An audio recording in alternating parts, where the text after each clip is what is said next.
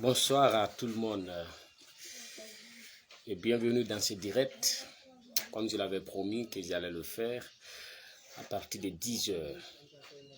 Malheureusement que le temps n'a pas été à ma faveur.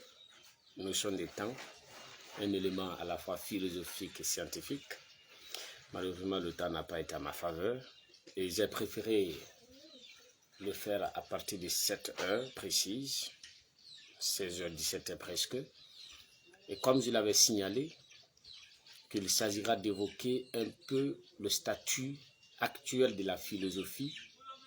Lorsqu'on dit statut actuel de la philosophie, on veut parler de son utilité, de son importance, de la place qu'occupe la philosophie de nos jours, notamment par rapport au développement des nouvelles techniques, alors de la technologie, mais aussi au développement alors des sciences, puisque nous savons effectivement que de nos jours, le progrès scientifique connaît un essor très considérable par rapport à d'autres éléments, bien sûr.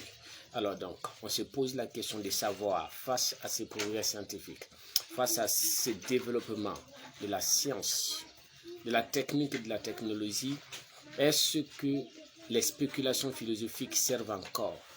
Est-ce que la philosophie peut avoir encore d'utilité?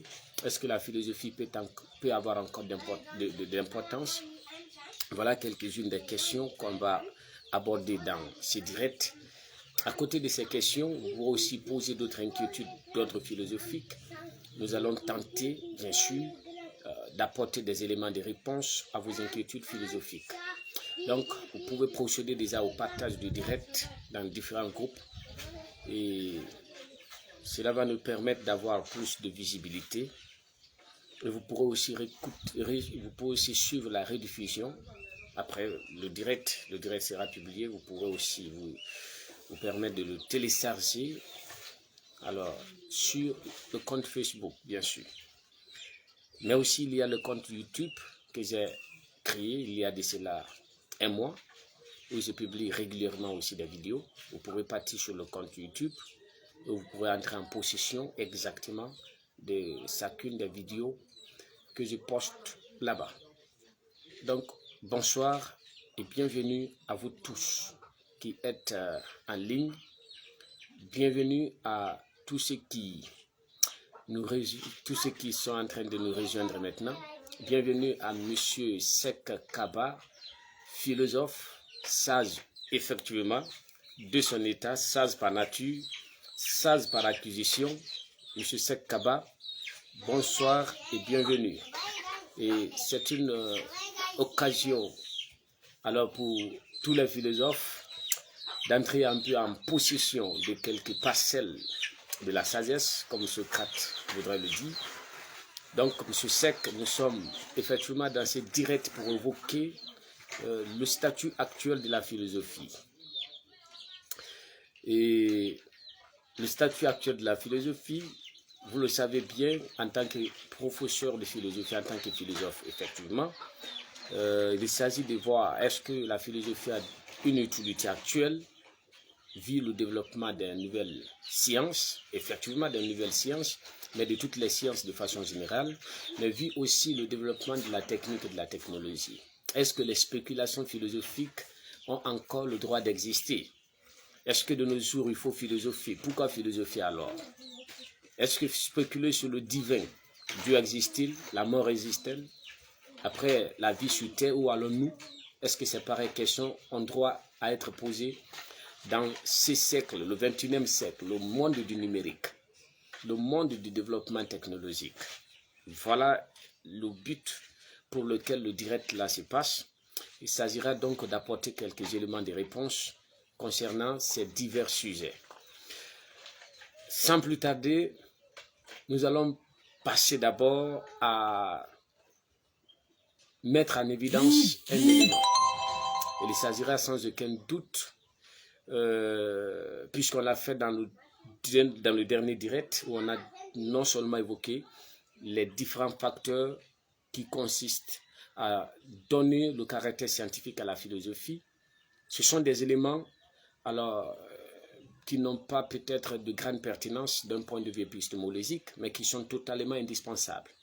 Il s'agissait d'abord du facteur définitionnel, il s'agissait du facteur objectif, donc quels sont les objets de la philosophie, et en partant de ça, déjà, on rend compte que la philosophie peut avoir bel et bien un statut scientifique. Et il s'agissait aussi de parler des méthodes. Donc, on a pu distinguer les grandes méthodes philosophiques, à proprement parler, la méthode par argumentation, la méthode par critique et la méthode par la création des concepts, ce qu'on appelle la conceptualisation. Donc, ce sont des trois grandes méthodes spécifiquement philosophiques. Maintenant, à côté, on a dû faire écho à des méthodes communes à toutes les formes de sciences qui tiennent leurs sources, soit des contacts directs que nous avons, des éléments qui nous entourent, ce qu'on a appelé l'intuition, soit alors de l'analyse que nous faisons des phénomènes qui nous entourent, ce que nous avons appelé l'intelligence ou la raison. Mais ce qu'il faut d'abord savoir à ce niveau, pour le rationalisme, il faut soulever un problème, c'est qu'il y a deux aspects du rationalisme. Soit alors l'information universelle, l'information matérielle, l'information, le contact avec les phénomènes du monde, ce contact est expliqué par l'intelligence. Ça, c'est le premier facteur. C'est ce facteur qui s'oppose par essence à ce qu'on appelle l'empirisme. Mais lorsque nous prenons le second facteur, il s'agit du cas d'Emmanuel Kant qui essaie de créer ou d'inventer, alors suivez très bien, des concepts a priori. Les concepts a priori, ce sont des concepts, ce sont des notions kantiennes. Ce sont des concepts qui existent, qui n'existent pas forcément dans nos contacts avec le monde matériel, mais qui sont par essence, très bien c'est le terme philosophique, qui sont par essence liés à la nature humaine. Il y a des concepts qui sont par essence liés à la nature humaine. On peut prendre par exemple le concept de mal, on peut prendre le concept de l'étendue, on peut prendre le concept de temps, alors on peut prendre le concept de durée. Donc ces concepts, on peut prendre les concepts de limite. Ces concepts alors ne sont pas forcément dans le monde matériel. Ces concepts sont innés. Ces concepts naissent avec la conscience de l'homme. Donc c'est ce que Emmanuel Kant appelle les concepts a priori. Donc ça, c'était une précision juste à apporter. Maintenant, à côté de ça aussi, ils avaient reçu une question très pertinente. Il s'agissait de savoir quelle place la philosophie pourrait occuper dans le développement actuel des religions. Monsieur Ibrahima Khalil IKC, bonsoir et bienvenue dans ce direct. Effectivement, donc je disais que la place de la philosophie dans la religion, la question peut paraître un peu absurde, c'est-à-dire la question peut paraître un peu, peut-être un peu très banale pour certains, pour dire qu'attention, la philosophie et la religion ne sont pas compatibles. Mais lorsque la question m'a été posée, puisque la philosophie c'est la science du questionnement, il a fallu apporter quelques éléments de réponse. La religion d'abord, par définition, c'est le fait alors d'adorer un être considéré comme soit surnaturel, considéré comme étant une puissance surnaturelle. Donc, lorsqu'on adore cet être, on lui donne, on l'attribue le prédicat, le caractère, la qualification, le qualificatif de Dieu. C'est l'adoration qui fait d'un être un Dieu. Lorsqu'il n'y a pas d'adoration, on perd le caractère divin. Bien sûr, on peut être un être humain et on devient Dieu. Lorsque nous plongeons dans le cadre de l'adoration, lorsque nous offrons des cultes, alors à un être quelconque, nous lui donnons le caractère divin. Le bœuf est un divin pour l'Indien, effectivement. Le tablier peut être un dieu pour celui alors qu'il lui accorde un culte particulier. Donc la religion, qu'elle soit alors animiste, qu'elle soit, si vous voulez très bien, les deux religions dites monothéistes, puisqu'il y en a trois grandes religions monothéistes, d'abord le christianisme par ordre de classement, on a l'islam et en fin de compte nous avons le judaïsme, les trois grandes religions monothéistes ou dites abrahamiques, c'est-à-dire qui descendent d'Abraham, l'un des ancêtres mythiques, puisqu'en philosophie, lorsque la vérité n'est pas clairement établie, on considère la chose comme un mythe. Donc l'un des ancêtres considérés mythiques des Juifs, ou soit de l'humanité tout entière, Abraham bien sûr. Alors donc, que la religion soit islamique, qu'elle soit chrétienne, qu'elle soit judaïque, qu'elle soit bouddhiste, qu'elle soit hindouiste, la religion voudrait qu'il y ait l'adoration, le respect, ce qu'on appelle le fait de vénérer un être et de lui donner le caractère divin. Est-ce que la philosophie peut être compatible avec la religion? C'est une des questions principales, une question fondamentale qu'il faut poser. Et pour répondre à cette question, on va d'abord procéder, on va essayer de donner différentes approches. La première approche va consister d'abord à délimiter le domaine d'application de la religion, jusqu'où la religion peut exister. Et ensuite, on va établir le rapport qui existait entre la philosophie et la religion dans les temps antiques, c'est-à-dire bien avant le 5e siècle. Et à partir de là, on verra maintenant quel est l'objet que la philosophie se fixe dans l'étude des concepts religieux. Donc d'abord, on prend la délimitation de la religion. La religion est caractérisée par ce qu'on appelle l'adoration. Deuxièmement, l'adoration qui s'effectue à travers un culte. La religion se caractérise par ce qu'on appelle la foi. La foi, c'est le fait d'accepter sans demander. En fait, c'est ça la définition légère de la foi. Quoique d'autres disent que la foi, c'est la conviction que nous avons de ce qu'on a entendu. Mais cette conviction ne nous pousse pas du tout à poser des questions. Cette conviction est vraiment quelque chose de bâclé. Cette conviction est un cercle déjà qui n'a pas d'ouverture. Lorsque nous parlons de foi, nous croyons à l'existence sans aucune explication. Pas de question, donc pas d'explication. Vous pourrez voir par exemple au niveau du mythe de la Genèse, au niveau de la naissance de l'homme, la création de l'homme bien sûr, vous comprendrez à ce niveau que il n'y a pas assez de questions à se poser sur la succession des humains. Puisqu'il y a eu deux ancêtres communs à tous les humains, de termes bibliques ou coraniques, il s'agira de Adam et Ève, sexe féminin et sexe masculin. Mais ce qui reste que les deux ont eu des enfants. Et comme les deux ont eu des enfants, il y a eu forcément des filles. C'est la Bible et le Coran qui nous le dit. Mais la Bible et le Coran, pour se défendre un peu sur la succession ou la descendance de l'humanité d'un ancêtre commun, essaie de jouer un peu autour. Voilà. Au niveau de l'aspect philosophique de la religion, on verra un peu, on va détailler tout à l'heure cet aspect-là. Donc, lorsque nous prenons le cas de la Bible, je crois qu'il est dit clairement qu'Ève et Adam, effectivement, ont eu des enfants. Il y a eu des garçons d'eux. Du rang de ces deux garçons, le premier a commis ce qui est considéré comme le premier crime de l'humanité. Et le premier crime de l'humanité, c'est peut-être le crime de Caïn contre son frère Abel. Donc, ça serait le premier crime de l'humanité. Je conditionne ça. Alors donc, lorsque Caïn a commis ces crimes, la Bible nous fait savoir qu'il avait été répudié, qu'il avait été rejeté, qu'il avait été remis en question par Dieu. Donc, son identité, même si Dieu n'a pas autorisé qu'on le tue, mais Dieu a délimité son sort. Alors, lorsque Caïn partait, Caïn a dû transporter avec lui quelques-unes de ses sœurs, une bien sûr, et avec celle-là, je crois que c'est le point de départ de la descendance de l'humanité. C'est clair un peu dans le livre de la Genèse.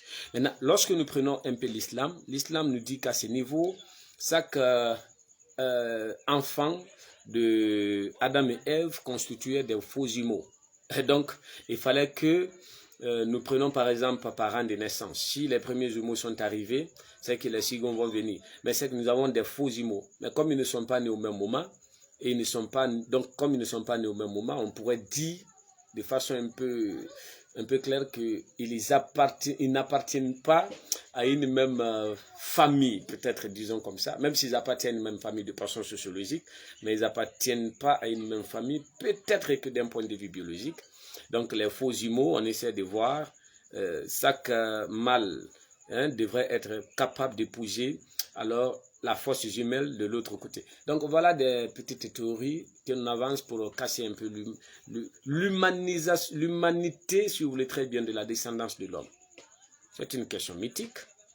Alors donc voici, on ne pourra pas poser des questions sur ces genres de thèmes lorsqu'on débat de ça à l'église ou à la mosquée. À faute d'approfondir, on sera considéré comme un païen, comme un mécréant, selon les différents concepts des différentes religions. Donc, la religion est caractérisée par le culte. La religion est caractérisée par la foi.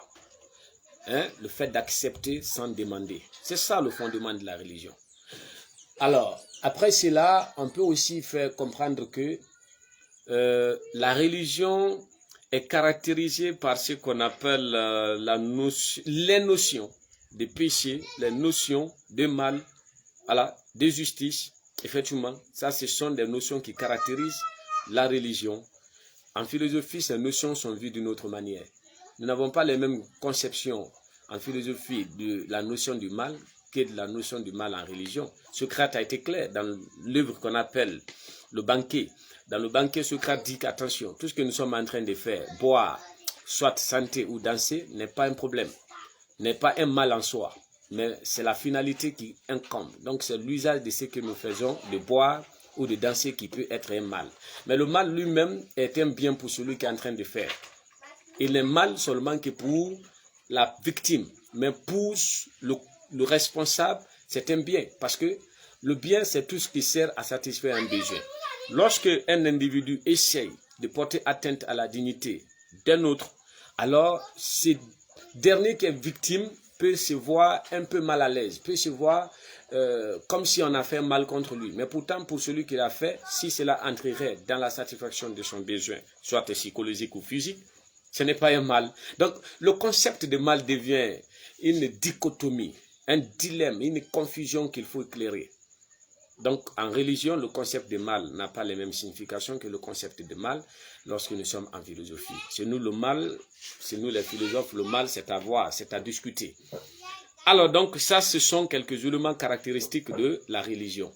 Maintenant, lorsque nous prenons la philosophie, quant à elle, est caractérisée par, je le disais autrefois dans l'autre direct, que la philosophie n'est pas, alors, une discipline dogmatique. La philosophie n'est pas un dogme. La philosophie n'est pas ce que vous pensez religieux. Non, la philosophie est loin d'être une religion. En philosophie, on pose des questions et on tente de donner une réponse à ces questions. Précision importante. Vous verrez que la plupart des questions philosophiques, il n'y a pas de réponse stricte. Il n'y a pas donc, on peut dire, une réponse. Mais il y a des réponses. Il n'y a pas une seule réponse à des questions philosophiques. Et lorsqu'une question philosophique est répondue, elle quitte le domaine philosophique et elle devient scientifique. C'est ce qu'il faut noter, c'est une précision importante. Toute question philosophique est répondue strictement et sur la réponse, tout le monde est d'accord, perd son caractère philosophique et entre dans le domaine de la science. Cette question devient scientifique. C'est une précision importante. Or, la philosophie, donc, c'est la science du questionnement. Blaise Pascal a été clair, c'est la science du questionnement. Et ce questionnement-là, c'est un questionnement successif qui porte sur divers aspects de la vie, sur la société, sur la religion. Vous vous cassez. Je parle de ce que je dis bien. Les religieux n'ont pas, par exemple, le courage de poser des questions sur la divinité des textes sacrés. Ceux qui croient être textes sacrés. Par exemple, nous avons le Coran. Par exemple, nous avons la Bible. Les religieux n'ont pas du tout le courage de se prononcer sur la divinité de ces textes sacrés. Alors, Seck Kamara était en train de préciser ça. Effectivement, lorsqu'il était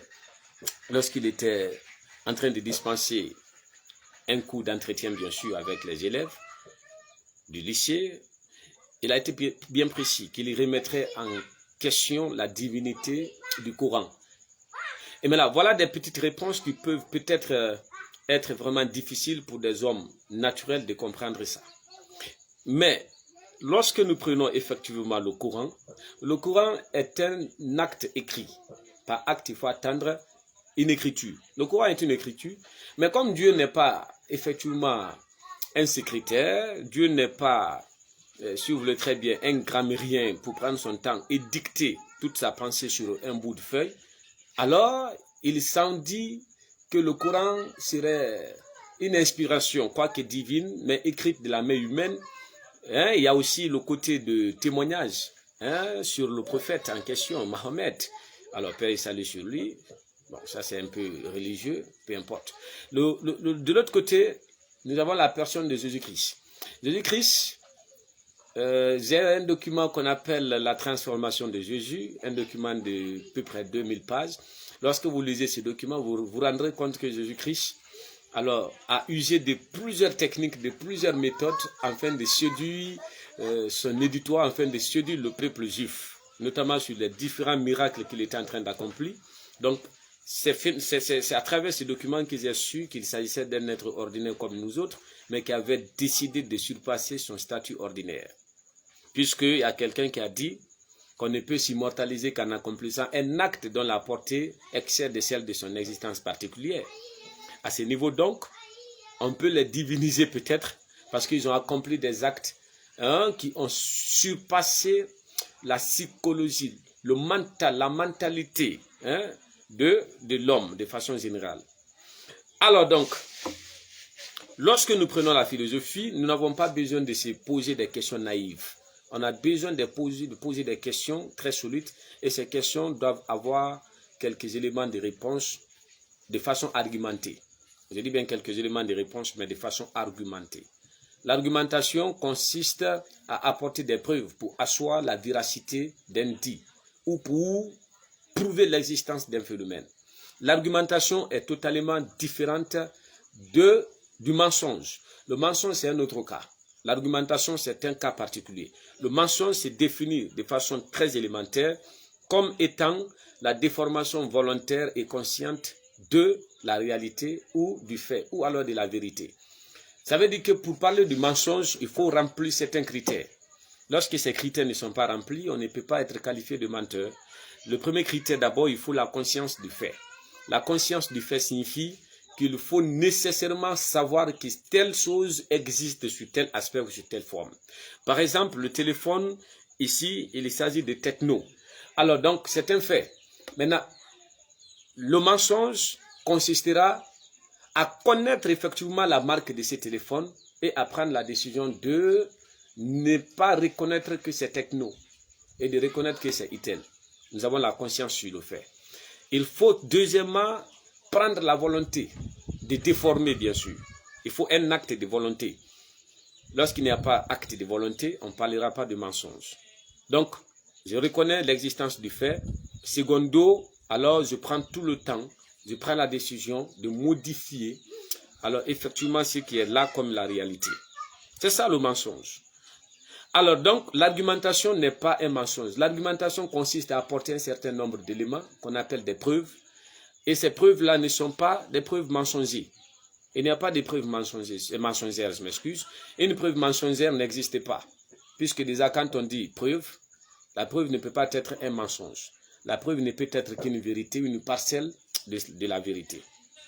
Alors donc, vous pouvez par exemple comprendre mieux la notion de preuve lorsqu'il y a la confrontation au cours d'un procès entre X et Y. Vous allez voir par exemple que les deux êtres sont opposés sur un acte bien particulier qu'on appelle l'objet du litige. Il se peut par exemple que ce soit, si vous voulez très bien, le fait pour Y de dérober, voler, effectivement, l'objet de X. Effectivement, lorsque Y dérobe l'objet de X et qu'il n'y a pas, dans un premier temps, une attente à l'amiable, vous êtes obligé d'aller chez le juge. Et la notion de juge signifie soit un individu qui délibère dans ce qu'on appelle un tribunal ou une cour, donc une instance de justice bien sûr, ou soit un individu quelconque auquel on soumet la résolution d'une affaire. C'est ça la notion de juge. Mais couramment, dès qu'on dit juge, on pense automatiquement à ce grand monsieur vêtu en robe et qui est assis avec un marteau pour donner une délibération finale. Il n'est pas seulement qui juge. Le juge peut exister hors même des instances de décision, des tribunaux, des cours. Le juge peut exister bien sûr. Alors donc, à ce niveau, lorsque ces deux individus se trouvent en présence, bien sûr, de cet homme qu'on appelle le juge, ils vont faire apporter des preuves. Vous allez voir par exemple que le premier qui est accusé de vol va dire que je n'ai pas volé ce téléphone par exemple, je n'ai pas volé son objet. Parce que le terme de vol au niveau de la loi c'est défini comme étant le fait de soutirer de façon frauduleuse un objet qui ne nous appartient pas. De façon frauduleuse un objet qui ne nous appartient pas. Plusieurs types de vols peuvent exister, vol par effraction, soit les vols simples par exemple, mais de toutes les façons nous parlons de vol. Mais YPCD, c'est Y qui dit que, attention, moi je n'ai pas volé, alors que X peut apporter aussi ses arguments pour dire que tu as volé. Le fait est que je ne t'ai pas donné, comme il n'y a pas un acte de volonté pour te remettre ce téléphone, le fait de l'avoir pris, nous considérons ça comme vol. Un peu devant, YP dit qu'il s'agissait simplement de soit observer la marque du téléphone et de te remettre, puisqu'il y a l'un de mes téléphones qui vient de se perdre. Je voudrais me rassurer de l'identité de votre téléphone, puisqu'il y a une ressemblance tout à fait alors frappante. Voilà des arguments que les uns et les autres sont en train d'apporter. Ni l'un ni l'autre ne ment, mais sont en train de se défendre. Donc le mensonge doit être totalement différent de ce qu'on appelle l'argumentation. La philosophie, c'est l'art de l'argumentation.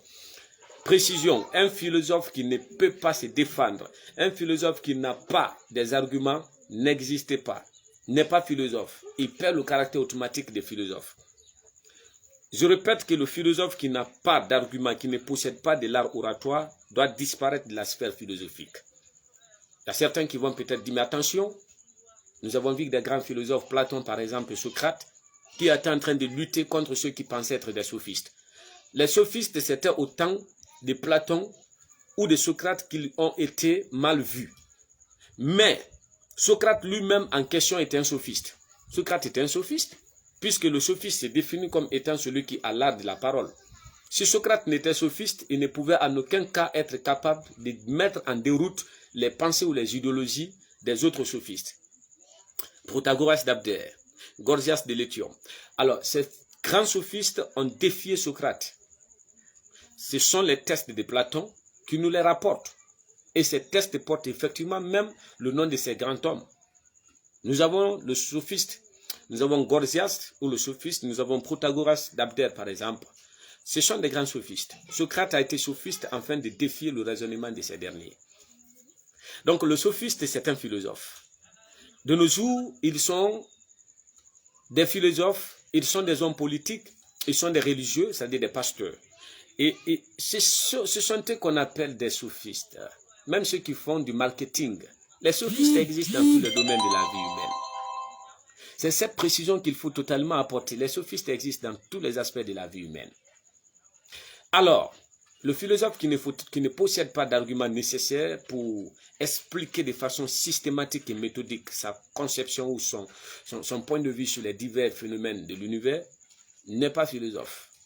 Des passages d'abord de Salih Oumar Serif, qui effectivement est en direct et qui a commenté le direct. Bonsoir à vous et restez en direct puisque vous êtes en train de suivre M. Alain Foucault qui va essayer de vous donner quelques éléments, quelques pistes de connaissances philosophiques. Donc vous avez tout à fait la capacité de poser des questions. Nous saluons aussi notre camarade El Padre, El Burlo, qui regarde effectivement aussi le direct. Alors, donc, c'était un élément qu'il fallait signaler, un élément très essentiel, qu'il ne fallait pas ignorer en ce qui concerne la distinction de l'argumentation et le mensonge, mais aussi les divergences de la philosophie et la religion. La philosophie se rapproche de la science du fait du questionnement. Aristote a été très clair. Toutes les sciences sont nées à partir de l'étonnement. Et quand on s'étonne, on est bouleversé. Et quand on est bouleversé, on se pose diverses questions. Et c'est le point de départ de toute doctrine scientifique. Ça, il faut retenir. C'est incontestable. Maintenant, on vient à un autre aspect. Est-ce que la philosophie peut se rapprocher de la religion? La réponse à ça est très simple. Nous prenons d'abord le troisième objet d'étude de la philosophie qui est Dieu. Je le disais dans l'autre direct que Dieu n'est pas le premier objet d'étude de la philosophie. Dieu est un troisième objet d'étude. Parmi les objets principaux, Dieu est relégué à la troisième place. Et les raisons sont très simples. Nous avions rappelé autrefois que, au départ, le monde et l'univers était expliquée de façon mythologique. Mais à partir du 5e siècle, nous avons assisté à une explication rationnelle, non pas à travers la doxa ou l'opinion, mais à travers le logos. Donc c'est le logos qui domine à partir du 5e siècle. Donc l'esprit, l'idée, la conception de ce qui est le divin disparaît totalement des esprits scientifiques et philosophiques. Puisque la philosophie, c'est le point de départ des sciences. C'est pourquoi le direct d'aujourd'hui va porter sur son utilité, son importance dans la vie d'un être humain. Alors donc, si la religion peut se rapprocher de la philosophie, il y a bien sûr un chemin par lequel les faits religieux peuvent se retrouver dans le cadre philosophique. Dieu qui est l'objet des religions est aussi un des objets d'étude de la philosophie. Déjà, il suffit largement pour mettre la balle à terre pour dire que le philosophe doit être celui-là qui connaîtrait mieux ces divins-là par rapport à ceux qui prétendent être des religieux. Lorsque je prends par exemple certaines questions un peu religieuses, nous prenons par exemple la question de l'existence divine. Je l'ai dit au départ que Dieu existe par la foi, sur le croyant. Mais Dieu existe par la raison, sur le philosophe. Emmanuel Kant, son ouvrage qu'on intitule alors dans la religion dans les seules limites de la raison. La religion dans les seules limites de la raison. Et là, il définit un peu les types de religion. La religion naturelle, par exemple, c'est nous les philosophes. Nous sommes alors dans le cadre du naturalisme religieux. Nous croyons à l'existence du divin à travers notre propre logos, notre propre raisonnement. Nous n'avons pas droit, nous n'avons pas besoin d'un prophète quelconque pour nous conduire vers le divin. C'est un peu peine perdue, ça ne nous regarde du tout pas. Alors, donc, lorsque je prends le divin Dieu, grand D par exemple, puisque le concept de Dieu peut revêtir plusieurs sens, il y a d'abord des divinités légères. Ces concepts-là, ce sont des concepts grammaticaux. Ce sont les concepts grammaticaux. C'est la langue française qui impose ces concepts, qui fait minimaliser certains dieux par rapport à un Dieu supérieur. Grammaticalement, nous avons le grand T qui désignerait le divin suprême, le divin de tous les divins, donc c'est Dieu, et sur lequel il y a totalement discorde, il y a discussion, il y a confusion. Mais autour des autres dieux, considérés avec le petit d bien sûr, là nous avons les statuettes taillées, les pierres taillées, donc ça sont des petits dieux qui vivent avec nous ici, d'autres sont dans nos chambres, nous-mêmes nous les nourrissons, mais malheureusement ils ne mangent pas, puisqu'ils n'ont pas de yeux pour manger, pour voir, ils n'ont pas de bouche pour manger, ils ne parlent pas, nous les élevons. Bon, les panafricains, un peu c'est leur dieu le plus souvent, des statuettes et ainsi de suite. Bon, les Égyptiens étaient en train de parler de ces dieux.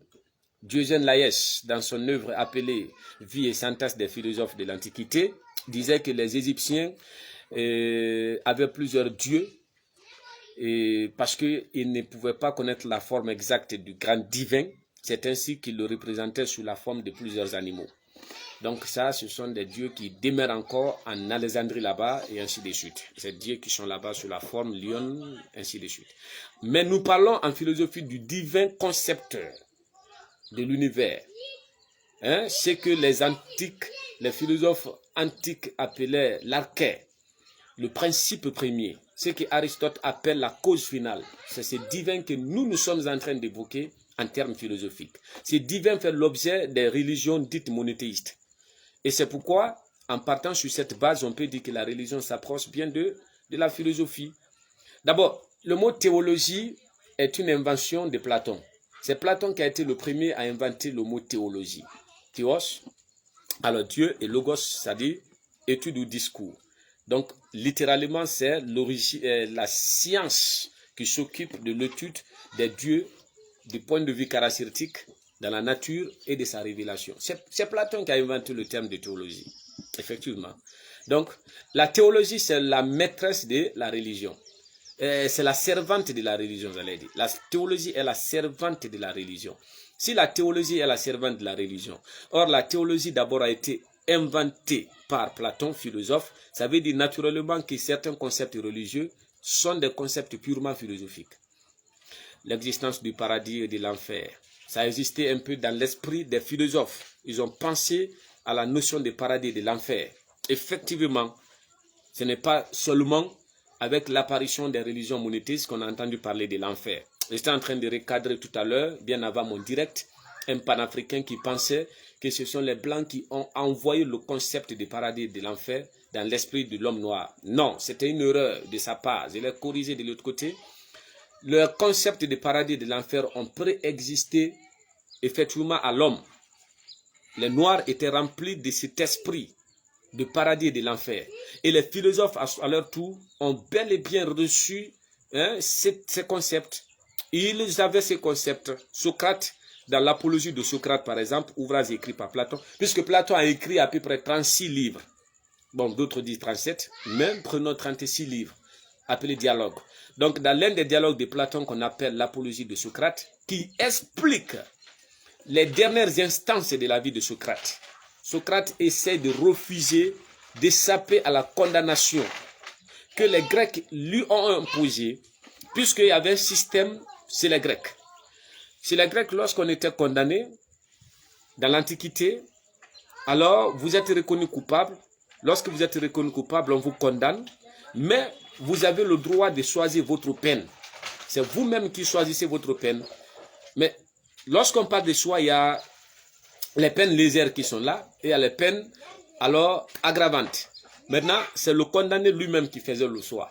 Mais tellement que Socrate, qui est notre ancêtre, qui est le point de référence de la philosophie, tellement qu'il était entièrement philosophe jusqu'à la moelle épinière, il a refusé d'échapper à la mort.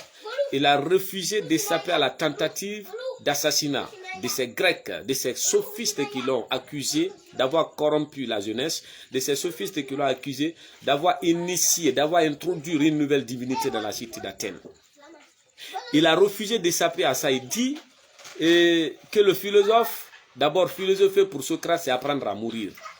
Le corps que nous avons d'après Platon, ce corps n'est que une enveloppe dans laquelle est contenue l'âme humaine. L'âme devient nécessairement l'homme. Le corps devient le tombeau de l'âme. Socrate répète dans l'apologie de Socrate qu'après la séparation de l'être avec son corps, avec ses sentiments charnels, l'âme, après avoir vécu de façon merveilleuse, modeste et modérée sur la terre, va retrouver le paradis. Donc voilà, le concept de paradis existe dans l'esprit de ces philosophes.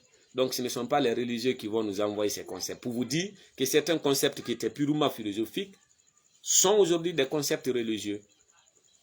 Donc c'est une précision à apporter. Maintenant, d'autres accusent les philosophes qu'ils ne sont pas ceux qui croient en l'existence du divin. C'est la méconnaissance. Ce n'est pas parce que nous ne croyons pas à l'existence du divin. Les philosophes ne demandent pas alors aux religieux de prouver l'existence du divin. Mais nous demandons simplement que ce divin ne peut pas participer à l'explication de cet univers qui nous entoure. S'il nous a créés, c'est parce que nous avons tous les éléments nécessaires à réfléchir sur l'univers. Donc le Dieu là ne peut plus intervenir. On ne peut pas croiser les bras pour attendre Dieu pour venir expliquer les cours de l'univers. Je salue effectivement mon camarade qui est en ligne, Karamor. Donc c'est mon ami, il est en ligne, Mastor, je vous dis grand bonsoir. Et donc je disais que l'univers qui nous entoure ne retrouve plus sa cause dans la divinité.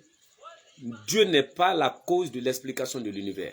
En aucun cas, Dieu ne peut être la cause de l'explication de l'univers. Ce serait un peu paresseux de l'attendre jusqu'ici pour qu'il vienne nous donner des explications claires sur ce qui est l'univers. Celui qui attend Dieu pour le faire va perdre son temps parce qu'il ne viendra pas. Son existence d'abord est par défaut, est une existence par défaut, est une existence remise en cause. D'une part, même pas totalement, mais à certaines parcelles d'éléments à travers lesquels on peut dire que c'est divin. Dans tout cas, le divin contenu dans les religions chrétiennes, musulmanes et judaïques, ce sont des divins qui comportent des défauts. Le divin là comporte un défaut capital. D'abord, il se trompe. Un divin qui se trompe n'est pas un divin. Dieu qui se trompe n'est pas un Dieu sérieux. Mais quand on lit un peu le Coran, on peut par exemple voir qu'il y a une affirmation divine qui peut être contredite un peu de l'avant. Notamment quand on prend le cas, je crois, du mariage. J'étais en train de faire le petit entretien avec mes élèves, 11e littéraire dessus, qui ont évoqué effectivement cet aspect. Mais dans le cadre purement biblique, par exemple, vous allez voir que Dieu aurait dit que lui, il ne fait pas porter au Père les iniquités de son Fils. C'est-à-dire que le Père ne pourra être condamné jamais au plus grand pour les péchés commis par son Fils. Le même divin un peu loin, lorsque nous feuilletons la Bible, dit aussi que c'est lui qui fait porter l'iniquité de son Fils, du Fils au Père. Donc, ce qui signifie que le Dieu, le divin biblique ou le divin, si vous voulez très bien, le divin coranique ou judaïque est un divin qui comporte un défaut. Le divin qui oublie, c'est un divin qui comporte un défaut. D'autres vont me dire, mais pourquoi vous permettez de dire que Dieu aurait oublié?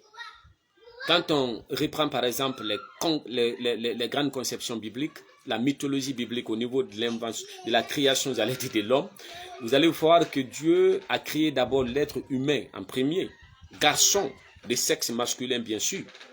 Et lorsque cet être a été créé, il est dit qu'après la création de l'être humain, le garçon, vous verrez que Dieu se serait un peu repenti pour dire qu'il n'est pas bon que l'homme soit seul. Mais le fait de dire déjà qu'il n'est pas bon que l'homme soit seul remet en question l'omniscience de Dieu.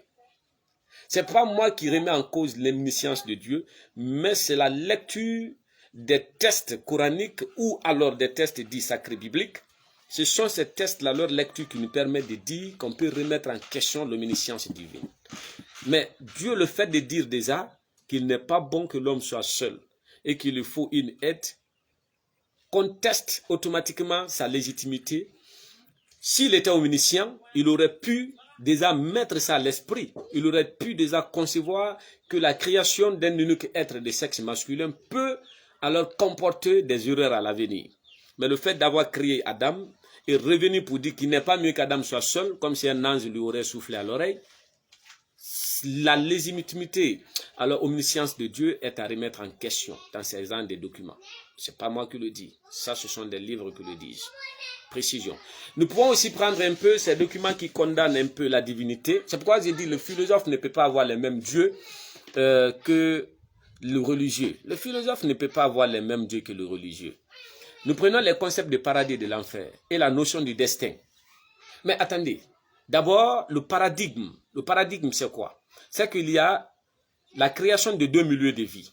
L'enfer et le paradis sont des milieux de vie. L'enfer est reconnu par les textes sacrés comme étant le lieu de destination de ceux qui ont fait le mal. Et le paradis est reconnu comme étant le lieu de destination de ceux qui ont joui effectivement des droits fondamentaux que Dieu leur aurait prescrits. Mais si l'enfer existe, il faut que l'enfer soit habité. Si le paradis existe, il faut que le paradis soit habité. Maintenant, coraniquement ou bibliquement, la notion de destin. Dieu dit qu'il y a des personnes qui sont condamnées à l'avance pour l'enfer et d'autres condamnées à l'avance pour le paradis. Et effectivement, d'autres doivent entrer au paradis et d'autres aussi doivent entrer à l'enfer. Maintenant, pourquoi nous prions? Pourquoi vous passez tout le temps en train de prier? Les vendredis ou les dimanches, vous passez tout le temps en train de prier sans pour autant vous poser cette question. Est-ce que c'est Dieu qui l'a dit ainsi? Si c'est Dieu qui l'a dit ainsi, comment il peut fixer à l'être humain ses destins et qui lui permet de dire, si tu ne m'adores pas, tu vas entrer en enfer? Ça sent bien que d'autres sont déjà destinés pour l'enfer. À ce niveau, il faut prendre la conscience pour dire, est-ce qu'il n'y a pas une interprétation personnelle des fois des textes sacrés? Le divin ne peut pas le dire. D'autres vont dire, non, il est souverain. Même s'il est souverain, Dieu lui-même ne peut pas être plus souverain que sa propre loi. Dès que la loi est créée, elle s'impose, même à Dieu, la notion du déterminisme universel. Puisqu'il y a plusieurs facteurs de déterminisme, il y a le déterminisme sociologique, ça ce sont l'ensemble des règles, des principes, des lois qui gouvernent le milieu de vie de l'homme, ce qu'on appelle la société. Ne vole pas, ne pas mentir, ne pas insulter de façon publique, ne pas frapper. Ça, ce sont des déterministes qui s'imposent dans la société. Mais il y a ce qu'on appelle le déterminisme universel. Le déterminisme universel, c'est le déterminisme héraclitien qui voudrait dire que tout ce qui existe dans cet univers est soumis à une loi. Même Dieu est soumis à la loi. Dieu doit obéir à sa parole. Mais si dans ces livres, on essaie de faire de sorte que Dieu puisse se contredire dans ses propres propos, on pourrait donner raison à ce niveau aux Kamites qui rejetteraient la Bible ou le Coran. Mais je crois que ce n'est pas la Bible ou le Coran qui est le problème, mais ce sont les interprétations qu'on apporte au sujet de ces documents. Je salue Boubacar Diallo et je salue Safia Toukouewogi qui me regarde.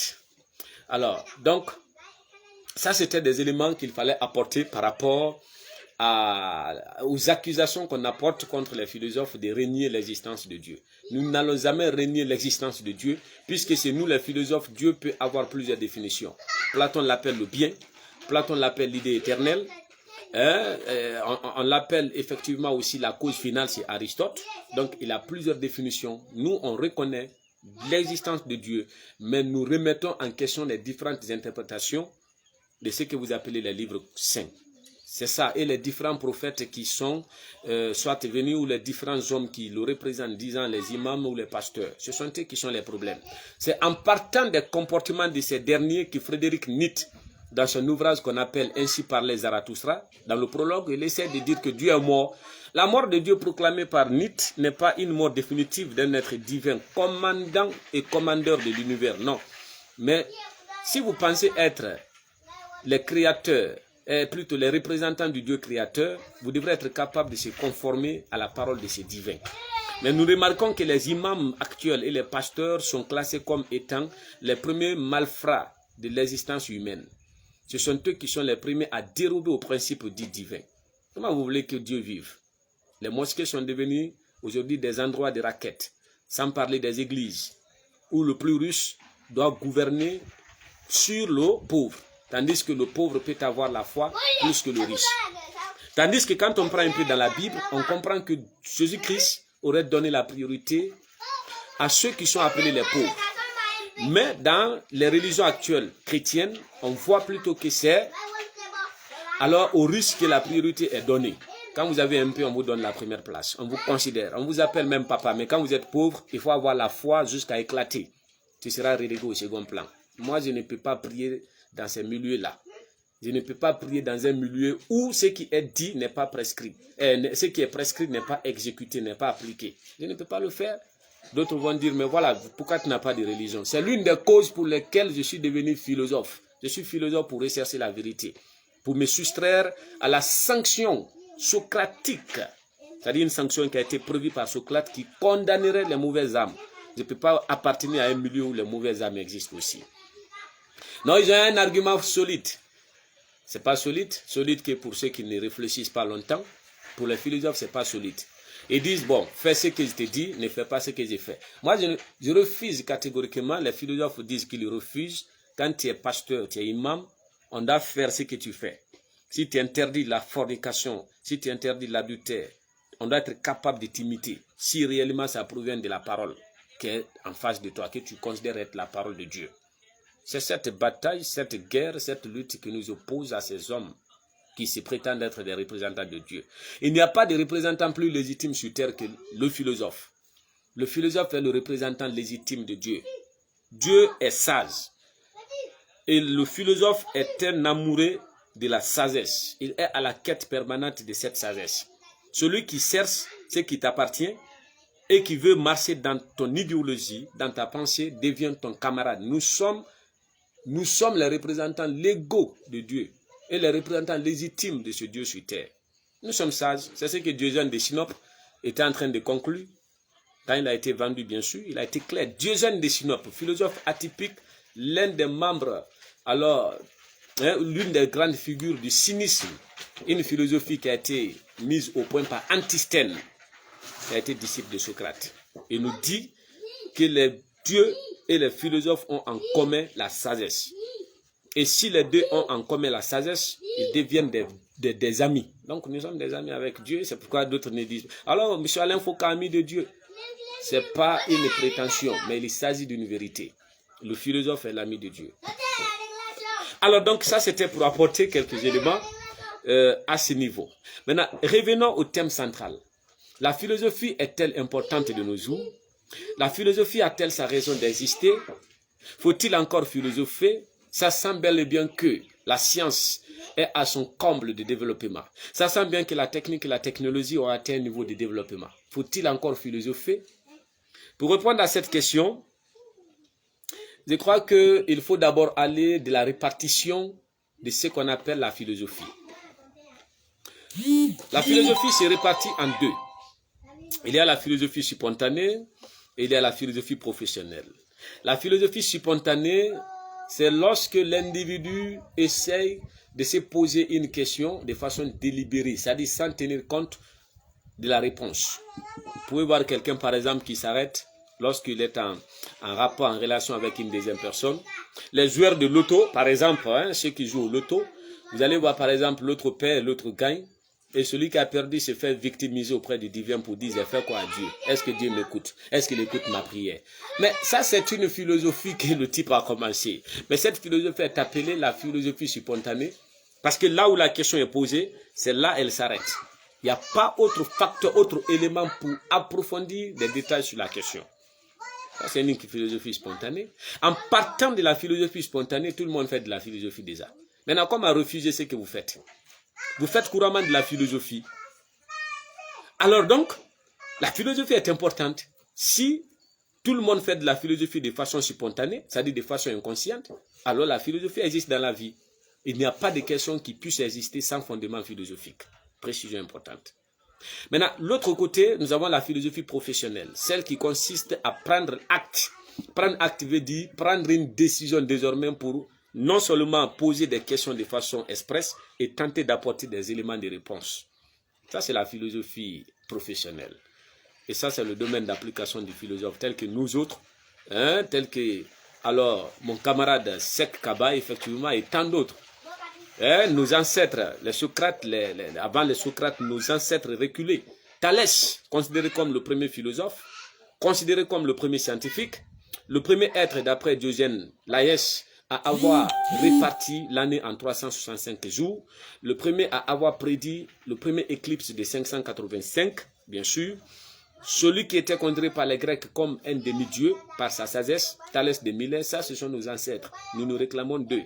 Les Anaximènes, les Anaximandres, nous avons les Héraclites d'Éphèse, les Parménides, avant eux, Empédocle par exemple. Nous avons les Pythagore de Samos. Je vous dis Pythagore de Samos. Je reviens sur le statut de la philosophie pour prouver que même les mathématiques sont incluses dans la philosophie depuis des temps anciens. Démocrite, Leucippe, qui sont les fondateurs de l'atomisme, qui va donner naissance à la physique, à la chimie, de part et d'autre bien sûr. Alors donc, ceux-là, ce sont nos ancêtres. Maintenant, ils ont appliquer la philosophie professionnelle. Ils ont pris la philosophie comme une activité à exécuter. Après eux, donc, nous sommes venus. Maintenant, après cette répartition de la philosophie entre les deux camps, pour prouver que la philosophie est encore importante, on va remonter un peu à l'Antiquité. Et à l'Antiquité, on va s'occuper de ce qu'on appelle l'origine des sciences. À partir de quoi les sciences sont apparues. Les sciences sont apparues à travers une petite question peut-être par rapport à sa formulation, mais grande question, grande parce qu'elle a pu donner naissance à beaucoup d'autres sciences. Alors Dako David Koivogi qui est arrivé en direct, on lui dit bonsoir. Et vous êtes là pour comprendre si la philosophie est encore importante de nos jours. Donc, Antiquité, grec, nous prenons d'abord la question de base, la fondamentale qui a donné naissance à toutes les sciences. Lorsqu'on vous demande quelle est cette science, et cette question qui a donné naissance à toutes les sciences, dites simplement qu'il était question de savoir quel est le principe premier de tout ce qui existe dans l'univers. Qu'est-ce qui est important et contenu dans chaque être de l'univers? Qu'est-ce qui a donné naissance à toutes choses? C'est la seule question, par formulation, une petite question, mais grande par la richesse de sa réponse, qui va donner naissance à toutes les sciences. Je commence d'abord par la naissance de ce qu'on appelle la physique. La physique, effectivement, la physique. Puisque les premiers philosophes étaient considérés comme des physiologues. Les physiologues, ce sont les premiers philosophes. Ces premiers philosophes commencent au 6e siècle et viennent jusqu'au niveau du 4e siècle. Effectivement, jusqu'au niveau du 4e siècle. Parce qu'à partir du 4e siècle, on peut voir la naissance déjà d'une autre forme de philosophie que nous allons tout à l'heure voir avec Socrate. Donc, à partir du 5e siècle, le point de départ de la philosophie, du 6e siècle d'abord, le point de départ de la philosophie, 5e, nous avons les physiologues. C'est qui les physiologues? Il s'agissait d'un groupe de penseurs, d'un groupe de philosophes grecs qui avaient pour souci de se poser les questions sur l'univers matériel qui les entoure.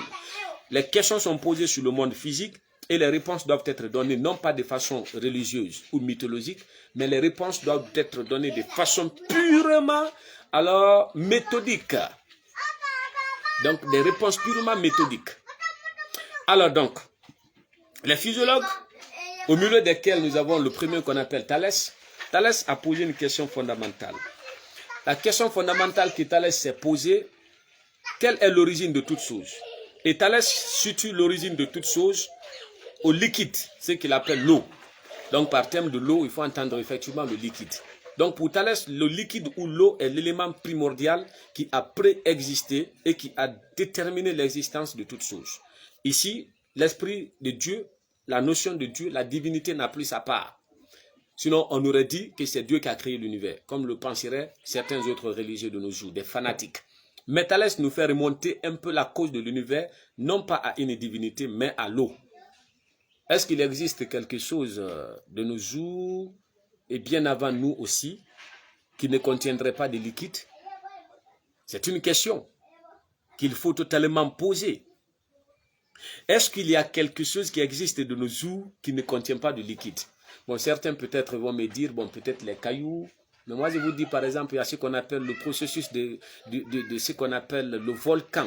Hein, la volcanologie va vous parler un peu, qu'il y a ce qu'on appelle la naissance d'érodes par sédimentarisation, soit par ce qu'on appelle solidification, ainsi de suite.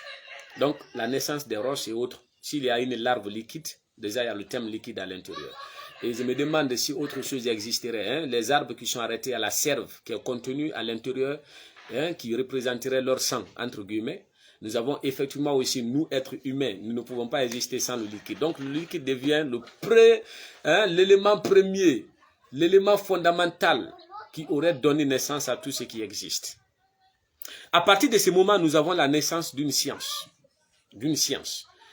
Même si l'identité de la science n'est pas déterminée, mais on peut déjà faire partager l'opinion de Thalès entre la chimie et la physique. Alors, les astres qui nous entourent, les questions sont posées sur ces astres. Donc, dans le cheminement de ces questions, la physique, alors, voit jour avec Thalès. Un peu plus loin, toujours en cherchant la réponse à cette question, on va voir tout à l'heure un autre penseur, un peu loin, nous avons celui qu'on appelle Pythagore de Samos. Donc Pythagore de Samos, en tentant de répondre à la question de savoir quel est l'élément premier qui a donné naissance à toute chose, Pythagore situe le nombre. Pythagore prend l'univers comme étant alors un univers fondé sur les nombres, ce qu'il appelle la décade. On ne va pas aujourd'hui faire la conception, si vous voulez très bien, pythagoricienne sur l'univers, mais ce qui reste clair, Pythagore considère le monde comme une organisation mathématique. Tout est apparu à partir d'un premier élément, 1. De 1, on a assisté à la naissance d'un deuxième élément. De 2, nous avons la naissance d'un troisième élément. De sorte que tous les éléments du monde sont organisés de façon mathématique. Donc nous avons la naissance des sciences mathématiques avec Pythagore de Samos. Donc je disais que ces doctrines, je ne vais pas les approfondir, mais je suis en train juste de faire un petit chemin pour montrer à certains que la philosophie même, sa question qui a été posée, qui était la priorité, c'est elle qui a donné naissance à toutes les sciences de l'univers. Il y a d'autres qui vont dire, bon, et la médecine? Non, la médecine même a son origine dans ce qu'on appelle le serment d'Hippocrate. Hippocrate, qui est considéré comme le premier médecin, le plus grand, qui a essayé de répertorier un certain nombre d'explications sur les maladies. Les Grecs pensaient que les maladies avaient une cause mythique. Par exemple, quand j'ai la dysenterie ou la diarrhée, c'est parce que j'ai dû commettre un acte qui n'est pas en faveur avec Dieu. Donc, si une société souffrait de nos jours de la Covid, c'est parce que Dieu se serait énervé, une divinité quelconque se serait énervée. Mais Hippocrate est venu balayer cette hypothèse divine de la cause des maladies et a apporté une cause rationnelle. Il a prouvé par A plus B que désormais, en se fondant sur ce qu'on appelle les symptômes de certaines maladies, on peut donner une explication rationnelle, même prévoir leur traitement. La médecine déjà voit jour, le serment d'Hippocrate pour les médecins, ils peuvent déjà essayer de dire, oui, c'est vrai, le jeune homme, il a parlé la vérité. Alors donc, la physique voit jour avec celui qu'on appelle Thalès. Les mathématiques voient jour avec celui qu'on appelle Pythagore de Samos. Un peu plus loin, nous avons un groupe de philosophes qui se dirigent, non pas maintenant dans des conceptions pour dire que c'est l'eau, ainsi de suite. Ils essaient de dire même que le monde est constitué de millions, de milliards d'atomes. Atomes. C'est le Leucippe qui est le fondateur de cette doctrine qu'on appelle l'atomisme. L'atomisme donne naissance automatiquement à la notion de chimie. Puisque c'est en chimie que vous faites la répartition, la constitution, la dissection de ce qu'on appelle l'atome, en des protons, en des neutrons, ainsi de suite. Maintenant, lorsque nous prenons l'atome, l'atome est une conception qui a vu jour avec celui qu'on appelle le Leucippe. Et le Leucippe a eu un disciple que nous appelons, si vous voulez très bien, Démocrite. Et c'est Démocrite qui a développé la conception de l'atome. Du latin atomia, je crois, c'est-à-dire infiniment petit. Ce que vous appelez un corps infiniment petit qui n'est pas perceptible à l'œil nu. Donc, on ne peut pas essayer de voir. Donc, le monde est entouré d'atomes. Leur désintégration crée ce qu'on appelle le désordre. Et leur intégration crée ce qu'on appelle l'ordre. Vos cheveux même peuvent conduire le courant, d'après de nouveaux physiciens, puisqu'ils sont contenus d'atomes. Ils sont composés d'atomes. Vous pouvez faire des expériences. Les bactéries de vos téléphones, la pile de vos téléphones, là, vous pouvez essayer de frôler un peu les cheveux. Même si c'est à 0%, vous pouvez voir qu'il y a au moins une certaine conductibilité du courant. Ceci dire que l'être humain est une composition d'atomes. La chimie est là avec celui qu'on appelle, si vous voulez très bien, Démocrite d'Abdel. Mais attendez, en partant d'abord sur l'hypothèse de la naissance de quelques-unes de ces sciences, on prouve déjà que la philosophie a été la mère de toutes les sciences. Elle a été la mère de toutes les sciences. Le terme de mère, la notion de mère s'inscrit dans le cadre alors de fait d'accoucher simplement les autres sciences. C'est un acte purement, si vous voulez très bien, psychologique. C'est un acte qui consisterait pour la philosophie, à travers une question peut-être banale pour certains, à donner naissance aux autres sciences. Maintenant, M. Seck, effectivement, merci pour le commentaire. En ce qui concerne l'origine de la philosophie, vous partagez mon avis. Merci infiniment. Et Joseph Biando Tolno, qui regarde effectivement le direct, c'est mon petit. Et je lui dis bonsoir. Amadou Guéamou, qui est vraiment camarade de promotion, bien sûr. Nous lui disons ici bonsoir, qui suit le direct. Mon ami Karamon qui se pose la question de savoir quelle est l'origine de la philosophie. Là, c'était dans le direct passé. La philosophie n'a pas une seule origine. Si on essaie de prendre la philosophie de façon universelle, on aura une origine alors mondiale, c'est-à-dire la philosophie est née sur tout le monde de façon spontanée. Tout le monde a réfléchi en même temps. Mais quand on essaye de parler de la philosophie scientifique, M. Seck m'a une fois posé la question de savoir c'est quoi la philosophie scientifique dont j'ai fait allusion. C'est la philosophie qui est donnée dans les programmes de l'enseignement alors en République de Guinée et partout dans le monde. C'est la philosophie que nous contenons dans les documents, que nous avons vus et que nous essayons d'apprendre. C'est la philosophie là qui est d'origine grecque. C'est cette conceptualisation que j'ai pu inventorier pour parler de philosophie scientifique. Cette philosophie scientifique est purement grecque. Donc ça, c'était une façon de répondre à mon ami Karamon Dama. Donc la philosophie est soit universelle, elle appartiendrait à toute l'humanité, elle est soit grecque lorsqu'elle est scientifique. C'est de ça qu'il s'agit. Puisque ce sont les Grecs qui ont été les premiers à formaliser la connaissance philosophique, à lui donner un caractère scientifique. Donc, si la philosophie a donné naissance à la plupart des sciences, il s'en va de même de dire que la philosophie est d'une importance capitale. Maintenant, ça c'était dans l'Antiquité. D'autres vont dire c'est déjà passé. La mère a accouché ses enfants et les enfants ont grandi. Est-ce que maintenant la mère continuera de jouer son rôle de mère? Maintenant, on revient un peu à une politique que la philosophie a mise au point. Cette politique, c'est la naissance de l'une de ses branches. Ça sent bien qu'elle tend à la vieillesse. Elle invente une nouvelle branche qui va s'occuper de ses frères, si vous voulez, ou de ses sœurs, puisqu'on parle de science. Il s'agit de l'épistémologie. L'épistémologie, c'est la nouvelle science qui s'occupe des autres sciences, mais au nom et sous le statut de la philosophie, bien sûr. C'est quoi l'épistémologie? Du grec, on a épistémé et on a logos.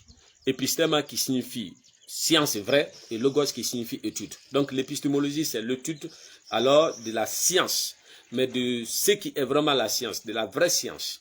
Du point de vue étymologique, c'est la vraie science. Mais comme aucune science ne peut être supérieure à une autre, l'épistémologie va formuler sa définition pour devenir l'étude des théories ou des connaissances vraies. Alors donc, chaque science de l'univers a une épistémologie. Il n'y a pas de science qui existe en épistémologie. Il y a l'épistémologie de la biologie, bien sûr. Il y a l'épistémologie de la géographie. Il y a l'épistémologie, il y a la logique mathématique, l'épistémologie des maths. Il n'y a pas de science qui existe sans épistémologie. C'est l'épistémologie qui essaie d'apporter des corrections à diverses sciences du monde. Vous allez voir par exemple comment l'épistémologie va agir. D'abord, rappelons la citation de François Rabelais dans son ouvrage intitulé L'éducation des Gargantua. Science sans conscience n'est que ruine de l'âme. Maintenant, le physicien ou le chimiste, nous sommes dans un moment de conflit entre l'Ukraine et la Russie par exemple. Les deux pays peuvent recourir à l'usage des armes. De sorte même que la Russie, considérée comme superpuissance militaire, peut recourir à l'usage d'une arme chimique. Il s'agit de la bombe à hydrogène. Maintenant, l'épistémologie vient dire au chimiste inventeur de la bombe à hydrogène, qu'est-ce qu'elle a pu, je parle de la chimie, est-ce qu'elle a pu alors essayer de considérer les dommages ou les conséquences qui découleraient de l'invention de cette pareille arme. Et si cette invention scientifique, chimique, devrait avoir des répercussions négatives sur l'univers, la philo, qu'on appelle l'épistémologie, vient pour corriger l'idéologie de fabriquer ces armes ou de faire usage. C'est l'éthique de la guerre. C'est l'épistémologie qui essaie de le dire. Vous n'avez pas le droit de faire usage de cette arme, vous pouvez la conserver sur vous, mais si vous alors la déclenchez, il aura tout à l'heure des conséquences sur l'humanité tout entière. Voilà l'épistémologie. Donc la philosophie existe, c'est l'éthique scientifique. Alors, le biologiste peut procéder, le laboratoire peut procéder à ce qu'on appelle la multiplication et la diffusion de ce qu'on peut dire les virus. Nous assistons aujourd'hui un peu plus, on avait assisté à la naissance de ce qu'on appelait le virus Ebola, qui pour certains aurait pris naissance vers le Congo, mais qui d'après mes recherches, il s'agirait de la mise au point d'une des théories économiques de celui qu'on appelle Malthus, un économiste britannique dans le temps, qui voudrait que l'humanité puisse se débarrasser de certains types d'êtres humains qui sont improductifs, c'est-à-dire qui ne peuvent pas participer au développement de l'univers, puisqu'il a fait la classification des hommes sur Terre. Il y a vraiment parmi cette classification d'autres qui ne peuvent même pas subvenir à leurs besoins. Malthus dit que ces hommes sont en train d'encombrer l'univers, de remplir la Terre et n'ont pas d'utilité. Il faut les sasser, il faut les enlever au milieu des êtres qui peuvent travailler, qui peuvent être capables de produire. Alors donc cette théorie s'appelle le malthusianisme. Il procède donc à l'inventorisation, à inventorier, c'est-à-dire à faire la liste de certains moyens à travers lesquels il faut chasser ces types d'êtres humains, des improductifs. Il dit qu'il faut soit passer par le déclenchement d'un conflit mondial, donc les pauvres ne pourront pas fuir, ils vont mourir, donc les riches vont rester et la terre va tenter de respirer un peu plus. Et soit il faut procéder à ce qu'on appelle l'injection des produits toxiques, ou il faut procéder à ce qu'on appelle la diffusion des virus, et donc nous sommes dans ça. Donc Eric Pianka serait un grand scientifique de la Texas Academy of Science, ça c'est vers les États-Unis. Donc c'est lui qui serait à la base de la propagation du virus Ebola. Ça donc, je cite. Alors donc, le chimiste, le biologiste qui prétend effectivement diffuser des virus dans l'organisme d'un être et pour le propager à l'humanité tout entière, l'épistémologie de la biologie essaie d'appliquer l'éthique de la biologie pour dire qu'attention, ce n'est pas ça l'objectif de la biologie. La biologie s'occupe de l'étude des êtres vivants, les animaux et les végétaux, du point de vue interne, ce qu'on appelle l'anatomie interne. Maintenant, si vous prétendez alors faire de sorte que de diffuser des virus contre l'humanité, vous êtes hors de votre objectif. Dans ce cas, la philosophie épistémologique qui vient corriger la biologie sur ce point de vue, sur cette portée. Donc la philosophie existe partout. Elle existera encore partout. Ça, c'était par rapport aux sciences. Donc, par rapport aux sciences, la philosophie, non seulement a donné naissance à la plupart des sciences, en plus, la philosophie de nos jours, sous la forme épistémologique, corrige les autres sciences de l'univers, afin de les tirer de leur mauvais usage, d'éviter des conséquences graves ou gravissimes qui découleraient de leur usage. Ça, d'abord, c'est le premier aspect. Maintenant, on prend l'importance de la philosophie sur l'univers. L'univers qui nous entoure. Il y a ce qu'on appelle tout dernièrement la protection de l'environnement. Vous savez que la protection de l'environnement est une philosophie. C'est une philosophie. Cette philosophie consiste à dire que nous tendons effectivement à la destruction massive de notre milieu de vie. Donc, il faut inventer des hypothèses afin d'envoyer des humains à la raison pour ne pas détruire le milieu qui les entoure. C'est purement philosophique, c'est une éthique. La politique de planter un arbre coupé égale à un arbre planté. Mais dis donc, ça c'est une politique purement philosophique. C'est pour dire que nous n'allons pas détruire l'univers qui nous entoure. Ce sont des éthiques que les grands savants, les scientifiques, les hommes de culture, les économistes, les intellectuels se sont assis pour essayer de faire ça en forme de document, pour formaliser ça. Donc avant de continuer, je salue mon petit Blaise Koikoy-Pivi, je salue aussi Bernadette, la royale, effectivement, qui a partagé le direct. Elle me suit, c'est bien l'une de mes disciples.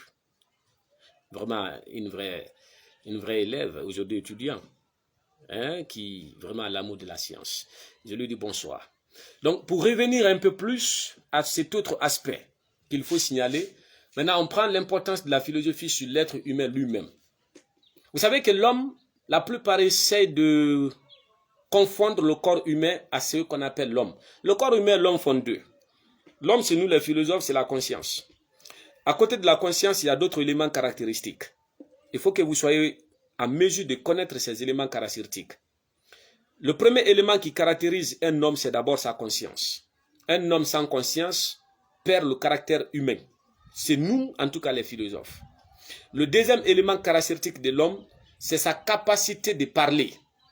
La parole est différente du cri. L'homme seulement parle sur cette terre. La faculté de parler est réservée à l'être humain. Mais tous les autres êtres ont la possibilité de communiquer. La communication est un sac à l'intérieur duquel la parole est incluse. Mais la parole et la communication sont différentes sur un certain point. Tout le monde communique, tout le monde alors communique, mais ce ne sont pas tous qui parlent. Seul l'être humain parle. Or, la parole, c'est quoi par définition? C'est le fait pour les hommes de réfléchir, de créer les mots que nous appelons les concepts, de les associer et de transmettre un message, ce qu'on appelle la pensée. Ça, ce ne sont pas tous qui peuvent le faire.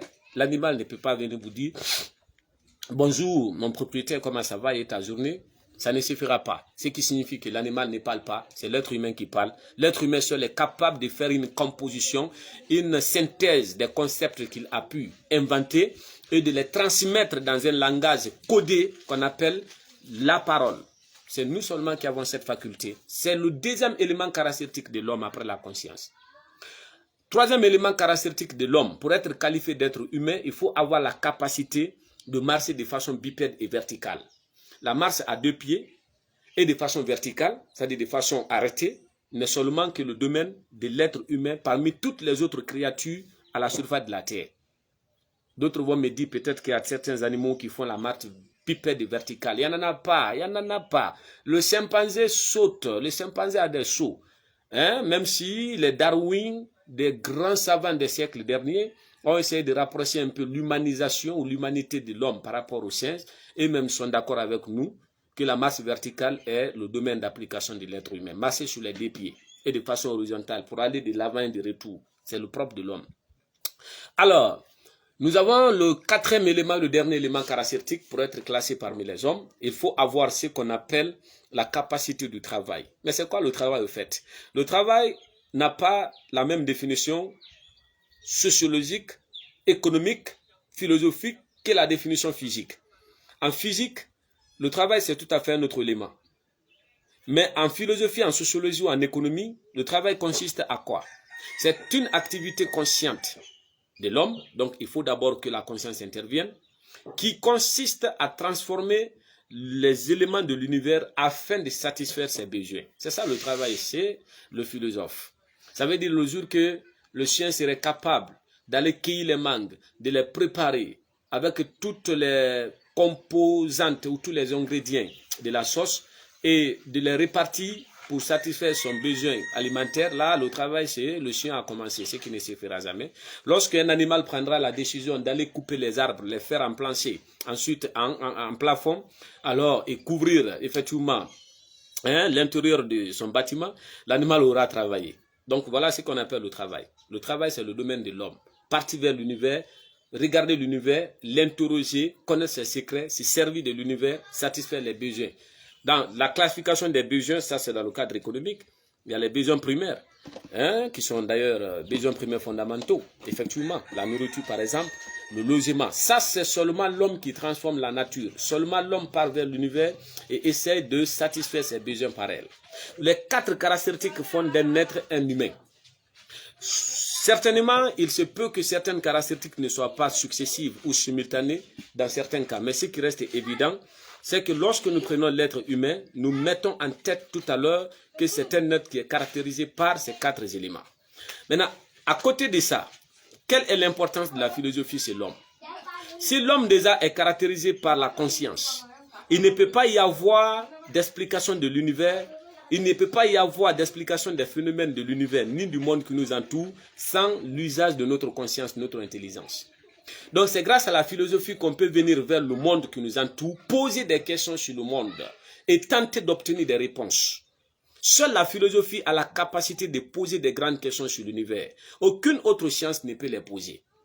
Je disais dans mon direct qu'il n'y a pas de science de la mort, il n'y a pas de science de Dieu, il n'y a pas de science de l'enfer ou du paradis. Seulement la philosophie pose ces grandes questions et tente de répondre à ces questions. Donc, c'est un élément pour dire que la philosophie a une grande importance. La philosophie permet effectivement aussi à l'être humain de devoir se comporter selon un certain principe moraux. Qu'est-ce que je veux dire? Lorsque je prends par exemple l'individu, c'est un être isolé par rapport à son milieu. Mais lorsque cet individu arrive dans son groupe, il constitue désormais avec ce groupe ce qu'on appelle la société. Et la société fonctionne selon des principes. Mais le philosophe au sein de la société peut être considéré comme un individu, puisqu'il se fixe des idéaux, il se fixe des idéologies sur la base desquelles il veut marcher, il veut fonctionner. Alors, nous avons les types de morale. Nous avons par exemple le principe de ce qu'on appelle la déontologie. Nous avons par exemple ce qu'on appelle la métaéthique. Nous avons, il y en a beaucoup plus. Plusieurs catégorisations, typologies de morale. Le philosophe se fixe une de ces typologies et marche en fonction de ça. Par exemple, moi, personnellement, j'ai une typologie de morale. C'est que mon point de vue sur la vie est très simple. Il faut vivre, peu importe ce que l'on dit de toi. C'est une morale que moi, je me suis fixée. Vis selon ta conception. Et applique toujours le principe qui vient dans ton esprit en premier. Agis non pas selon l'esprit des uns qui vous entourent, mais plutôt selon le bon sens. La raison et le discernement, donc, deviennent le fondement de ma morale. C'est ça la philosophie. Et je marche en fonction de ça. D'autres disent, oh bon voilà, il ne part pas à l'église, c'est ça la philosophie. Il ne part pas à l'église, il ne part pas à la mosquée, il a une philosophie en lui-même. Il a une morale en lui-même.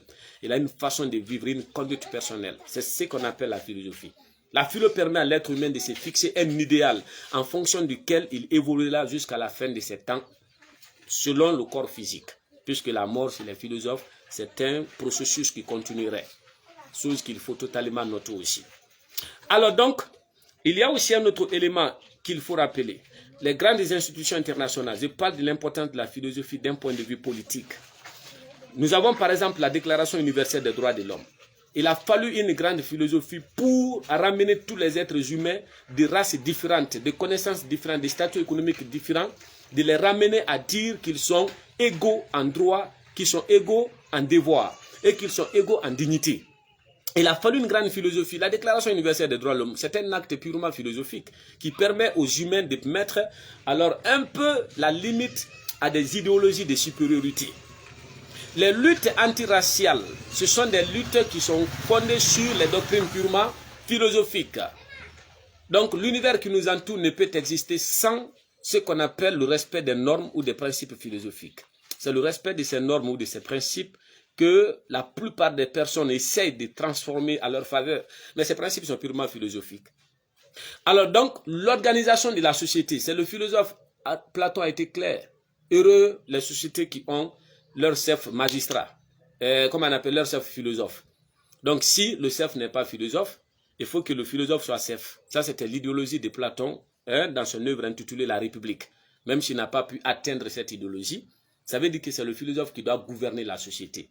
Une société sans philosophe, c'est comme tu prépares et il n'y a pas la présence du sel.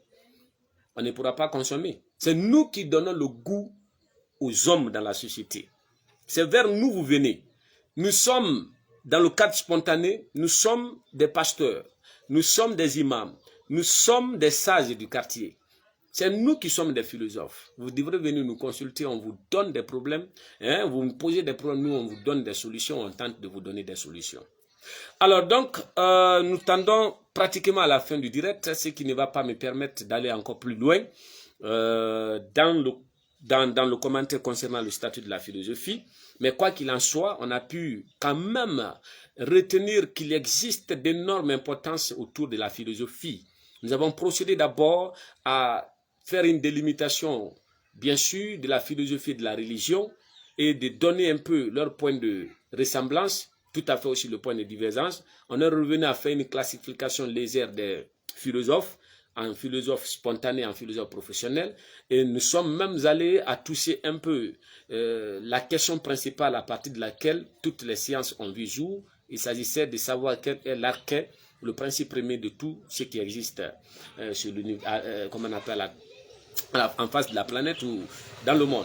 Et finalement, on a pu dégager quelques importances de la philosophie, disant qu'elle aurait donné naissance à toutes les sciences. Ensuite, qu'elle est venue sur une nouvelle forme en ce 21e siècle qu'on appelle l'épistémologie, puisqu'elle date du 20e siècle.